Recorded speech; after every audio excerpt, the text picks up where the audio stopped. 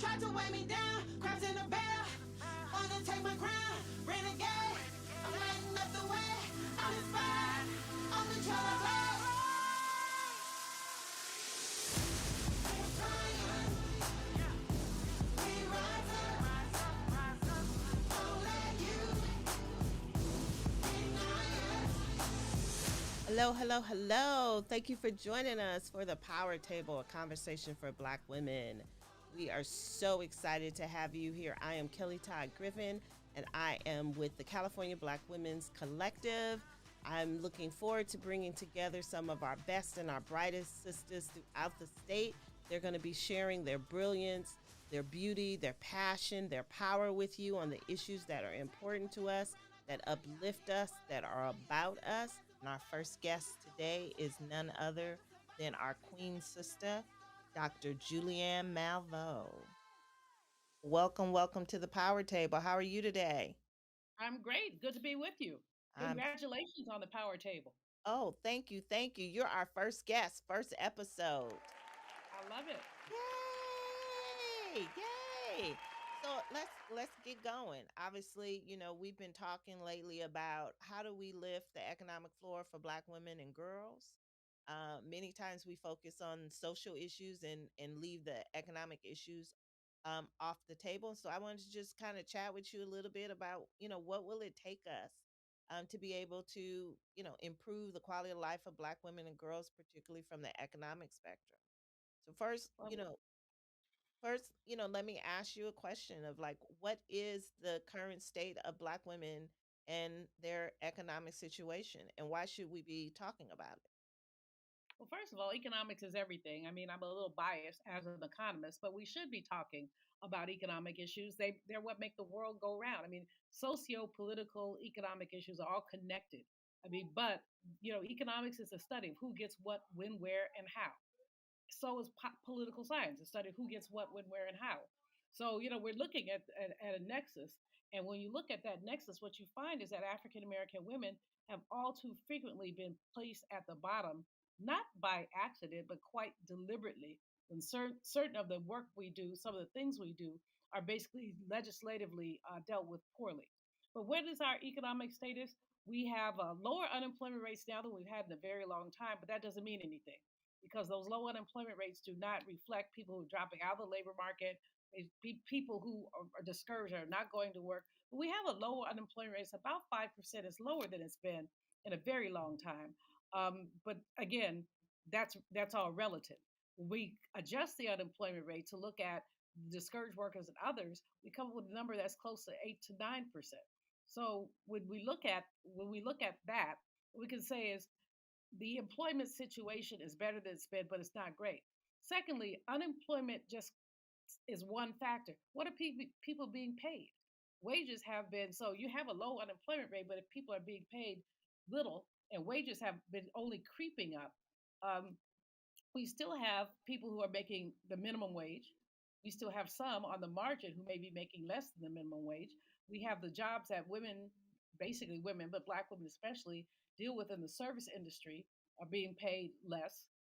We just saw the LA teacher strike where it wasn't for teachers, it was for the support workers like the cafeteria workers, the bus Hmm. drivers. All of those people are making less than $25,000 a year. You have your child on a bus with somebody who's making less than 25 grand a year, are they going to be that careful?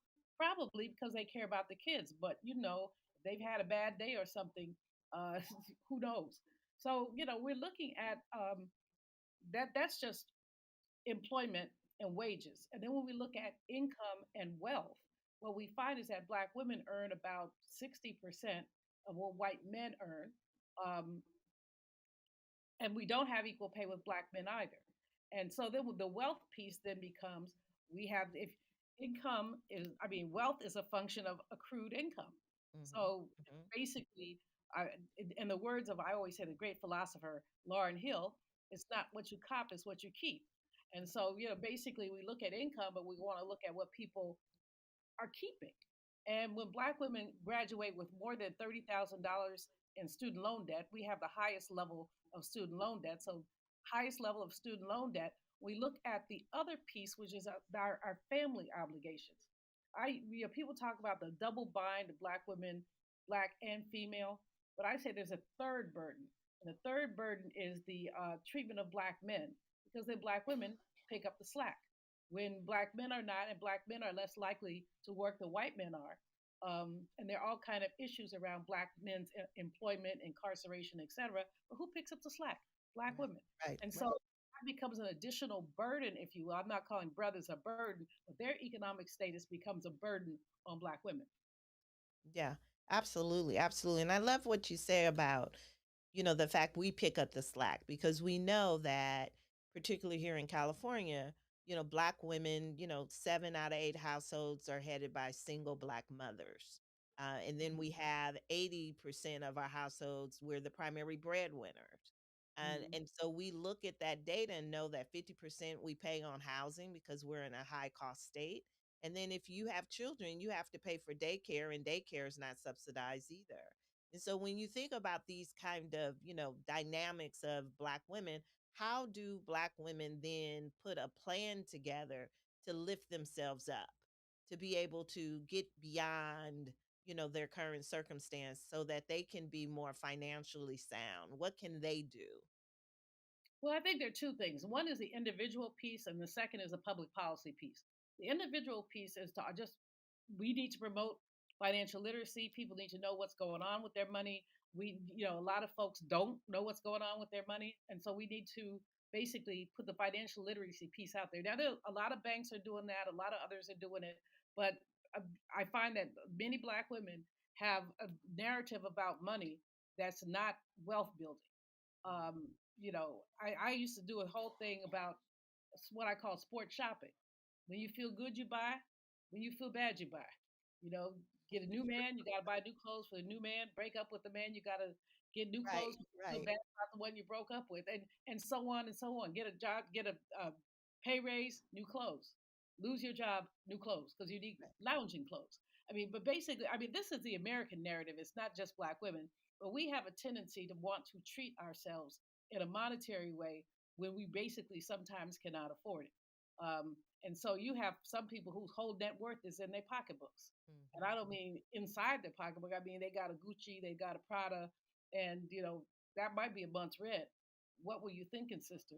Um, Right, so, right. so part one is financial literacy and just understanding.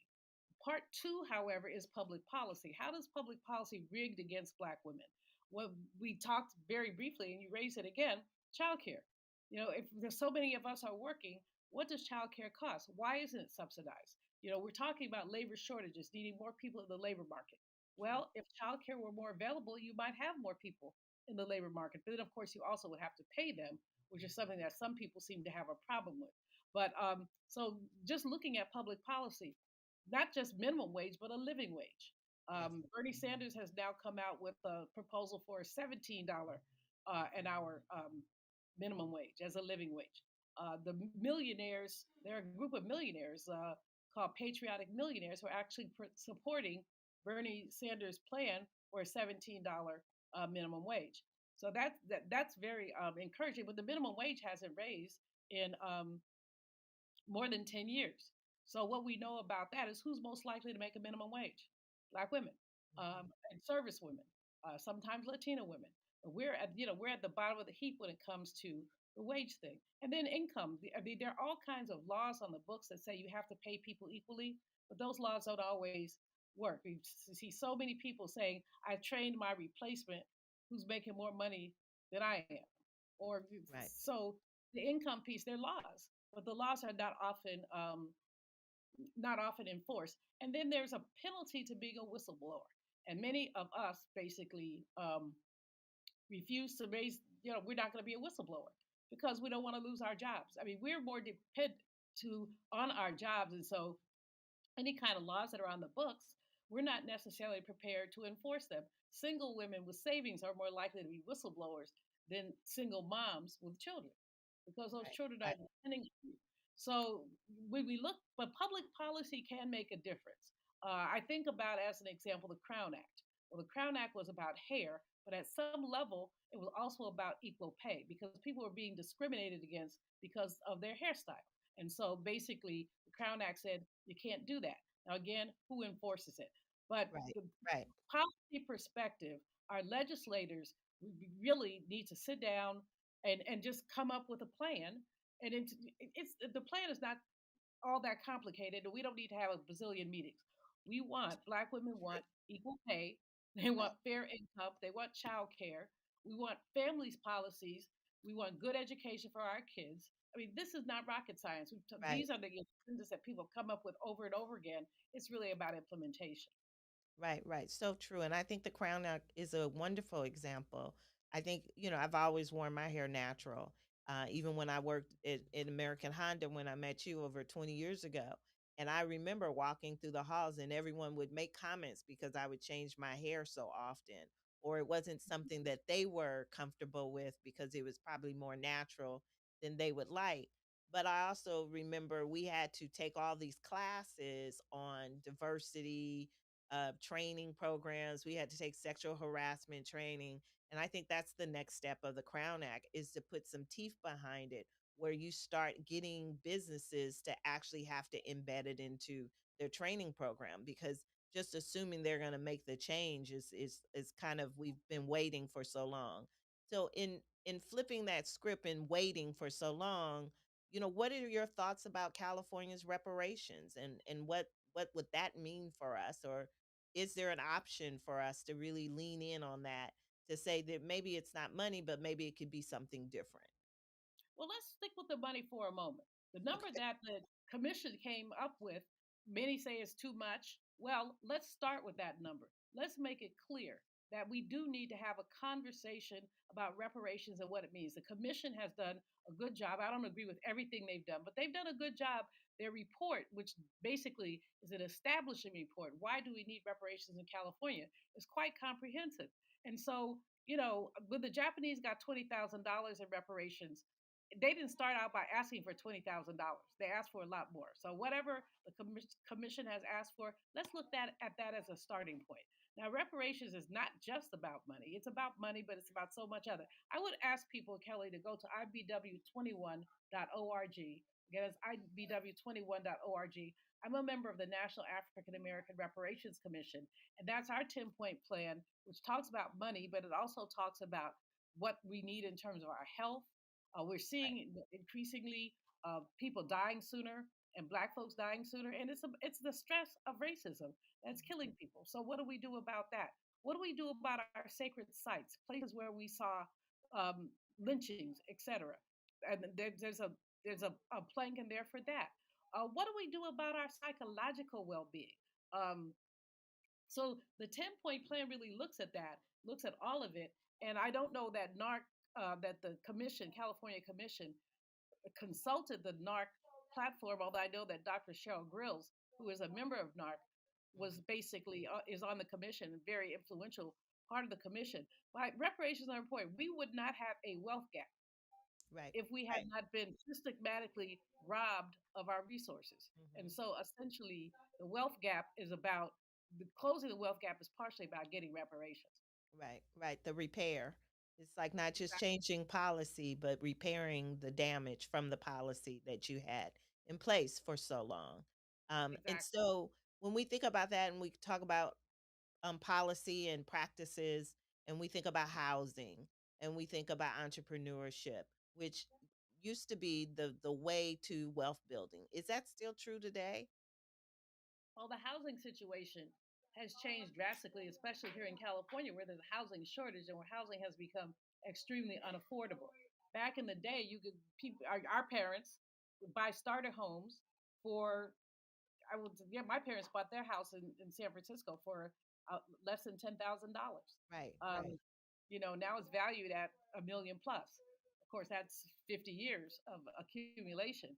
But it's much harder now to get housing unless you're going out to a rural area or something like that, because city housing, as is referenced by our homeless problem, is just extremely expensive. Still, it's a path. One of the things I encourage us to think about, Black women, is how we can do shared housing. Mhm. What if you had a three unit townhouse and each person took a unit, and maybe one of the persons was a child care person for the other two, and they figured out a way to deal with it. I mean, this is doable. We could, Yeah. I mean, it can take a minute, but that's the kind of thing. If three people are purchasing a 3 unit home, it's going to be a lot cheaper than one person. So more affordable. I don't mean cheaper, more affordable. So that's one of the ways we can look at co-housing. We can look at shared housing. The other thing I think from a policy perspective around housing is cities like Los Angeles, like San Francisco, like New York, where you have these very high housing costs, also have vacant land. That vacant land, which belongs to the city or to the state or to the feds, should be used to develop affordable housing. Now, on the entrepreneurship tip, Black women entrepreneurs, the pace of growth for Black women entrepreneurs is high. Sisters Right. want to do it for themselves. Why? Partially because of discrimination in corporate America. And if you get to a point you know you're not going to go any further, you've got all those skills you picked up in corporate America, go do your own thing. And a lot of Black women are doing that. The other thing with entrepreneurship is even if you're not the top level, the medium or other level, people want to work for themselves, especially when they encounter so much corporate racism. The thing about entrepreneurship, don't have a business, have a business. In other Mhm. words, don't, you know, so you want to start a business. Do you have attorneys? What's your support team? What does it look like? Who's helping you? Are you just going to go, I have a friend who crochets, and I had to tell her that I said, you value your time at about $2 an hour because she makes Mhm. these beautiful scarves and then she charges like $100 for them. And well, but if she spends 20 hours making the scarf, Right. what's her, Right. and she's never really thought about how much yarn does she put into making one of these scarves, and all these things that are business questions. But we were having this conversation. She told me she didn't want to talk to me anymore. I said, oh well. um, but because I was just asking her these questions, like, okay, so how did you come up with the cost of $100? And she said, well, because that's a lot of money. Well, for some people it is, for some people it isn't. How Right. many hours do you spend? How much yarn do you spend? And by the time we finished, as she hung the phone up, then she called me back and said, okay, can you write some of this down for me? I'm like, no, that's called a consultant. But True. I can help you with it. And basically she's looking at repricing and all those kind of things. But sisters who do hair, yeah, a Right. lot of people Right. have these little side hustles, but make sure that it's giving you something, that you're not just spending your time because you love your friends and you want to comb their hair. I mean, that's fine, but if you see it as a business, then you have to have a business proposition around it. Right, right. Yeah, because I think so often many of us do side hustles and we don't see those as micro enterprises. And then if we change the thinking and to say it's micro enterprises, then we open up all kinds of opportunities. And so, Precisely. it's really funny. I think, and we've all been doing it because our whole life, our whole family's been doing it. So it's historic for us as Black people to do micro enterprises. I just want to ask one last question: is there hope of us bridging this economic, gap in the next 20 years? At the rate we're going, no, frankly. What has to happen is something has to change. Reparations changes the paradigm. Different laws could change a paradigm, but if we just do what we're doing, we'll keep getting what we've been getting, which is the wealth gap. People have to be passionate about closing the wealth gap. They have to be creative about ways that we close the wealth gap. We have to look at what it means to close the wealth gap and who's going to have to give something up. Because if we start talking about reparations, where's the money going to come from? That's the first thing that the melanin deficient ask, or they'll tell you, well, I didn't have any slaves. No, you didn't, but you inherit a system that was built on Right, enslavement. right, um, right. but in any case, we will get what we've been getting as long as we keep doing what we've been doing. Black people, Black women actually show up at the polls. We show up. Yes. Oh, we lift. They say women lift up half the sky. In terms of politics and voting, we lift up more than half of the sky. We do more than our share. But the fact is that all too often, others, our brothers, stay home, or they come to the polls with their own biases, some of them which are sexist. That Black men did not fully support Stacey Abrams remains a disappointment uh, for many of us. Um, but voting is critical, but it's also critical to be creative and to deal with Yeah. issues of change, and to and we've got to talk to our young people. Young Hmm. people are voting more, but they're not voting at the same rate as let's say the 45 and up crowd. And why not? Young Right. people want their attitude is, "What have you done for me lately?" Well, Mhm. politics doesn't work like that, and so we have to make sure they understand. As I tell young women, had you voted, we might not be sitting in this situation with choice. Right. That was about people who stayed home from the polls. So, although we're talking about economics, politics and economics are integrally Yes. intertwined. And if you don't vote, you get what you've been getting. That's so true. Well, thank you so much, Dr. Malveaux. I always appreciate talking to you. And we'll of course have you back because we're determined to make change happen with where we are today as Black women and girls, particularly here in California. Next up, we have the phenomenal Miss Pam Moon. I want to welcome her to the Power Table. Thank you for joining us today. Thank you. I'm happy to be here. Awesome. Well, let's get to it. As an entrepreneur, you have a lot of information I think will be valuable to folks that are listening to this podcast. Let's first talk about, what made you decide to go into entrepreneurship after years of working for other folks? Well, Moon Global Studios was built in order for me to continue on my path as a producer and a fledgling director.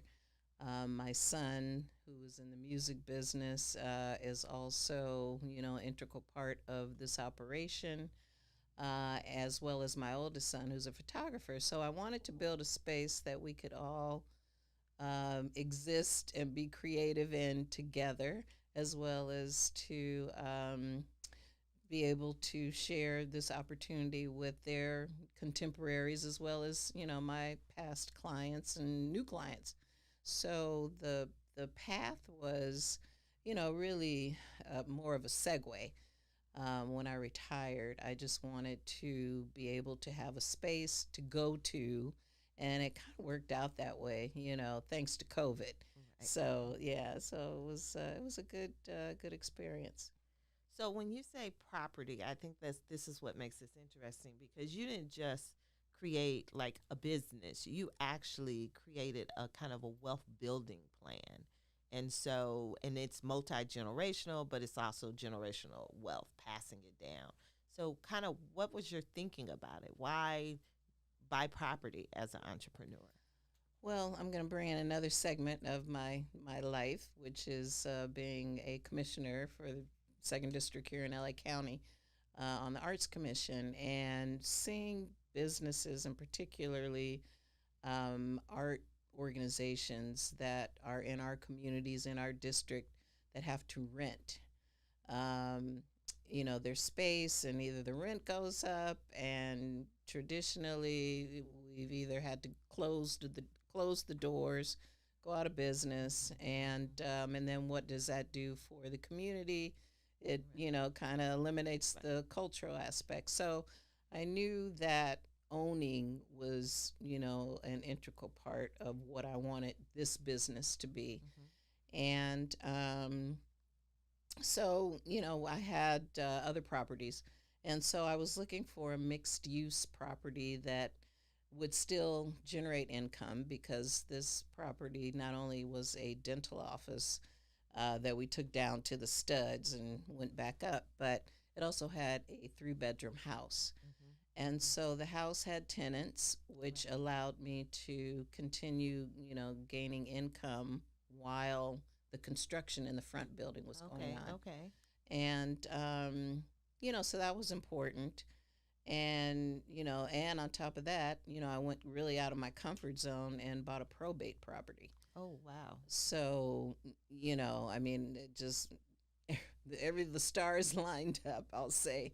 because it could have been an ugly process, but the owners that had owned the property before me, there was no attachments, no liens, no Wow. anything that would hamper me purchasing the property. So it worked out. Right. And so when you talk about probate and that you went looking for is that what you intended or was it something you stumbled on? Like, how do you get to that part? How do you get to that decision? It was actually something I stumbled on, Mm-hmm. and there is a a real estate broker here in LA, Butch Grimes, who specializes in probates. So once I felt, comfortable working with him and learned the process a little more, then it was kind of a no-brainer. But no, I intentionally looked for a mixed-use property that I could do business and have a real estate component. So it just depends. You have to be flexible in what you're searching for in terms of properties if you're looking to purchase or, even rent. But I knew that, I couldn't be afraid of probate because you Right. hear so many negative things Right. about it. And I just trusted the system and it worked out. Right. Great. And then in terms of, because this is really a model for us to think about. Not only did you bring young people in, particularly your sons, and and the other people that are coming and utilizing the space, but you also made sure that this was part of their vision and their journey as well. And so this is takes kind of a different way of looking at building generational wealth. Is together you're building generational wealth. And so what when you approached your sons about this, or they approached you about it, kind of how did that conversation go? I told them what I was going to do, and I did it. No, I asked their input on every decision that I make. I make it a point to include them in on it because at some point, I want to be able to walk away. Right. I want to sit on the beach. I want to, sip some pina coladas and let the business take care of itself. And I knew by bringing them in on the initial thought that they would be able to see my vision, and they have guided me. I don't think that's this or that, but I do appreciate their opinions. I value their opinions, and together we're doing this. So, and then in terms of bringing in their contemporaries, when I started out in TV and, the early 80s, there weren't many places that we could go that were in our community. If there was a project and we had to go edit or something like that, it was always in Hollywood, it was in Burbank, it was in Right. Glendale, Santa Monica. Well, there was nothing that was close by that had resources where we could, do, shoots and record things and just, Right. fulfill ourselves, right? And so, anyway, I wanted to make sure, just through my experience, not just working, at post houses, but, in network broadcast TV, that I had top of the line equipment. And so, and I had the facility that was comfortable. And they would see that, okay, we can come, to Inglewood and be able to produce our shows, our music, our art, and be in a top of the line, state of the art place. So, yeah. So I know, like, photography, videography is your passion. And so you've now made that a career. What advice would you give to someone who is interested in doing what we call side hustle or micro enterprises and moving that into what they want to do from a business standpoint? Well, I have a good example of that. I'm not going to name names, but it's a Okay. well-known photographer here in town. Mhm. We shared the same accountant, and she gave me the same advice that she gave him, which was when the salary from your side hustle exceeds your, your day-to-day job, then it no longer is a side hustle. It is your primary source Right. of income. Right. So if you focus on that and, then, I don't want anybody to leave their jobs because Right. jobs have benefits, they have security, they have savings plans, health care, all that good stuff. But if there is a way that you can support yourself by doing your side hustle, then go for it, because it no longer is, it's no longer a passion piece. It is Right. what, you do to put food on the table. Right. Right. Well, thank you so much, Miss Pam. This was lovely having a conversation with you. Oh, you're And I welcome. appreciate you, and I appreciate everything you're doing here, and being kind of a place for us to even do the power table. So Yes, thank you. you're welcome. It Thank was a you. pleasure. Wow, wasn't that great? I hope you found this episode fruitful. Please share it with your family and your friends and keep the conversation going. For more information about California Black Women's Collective, look us up on our social media at Twitter, Instagram, Facebook, and our YouTube channel. You can also find out how you can get involved in our work by going to cablackwomen'scollective.org. Thank you for joining us at the Power Table.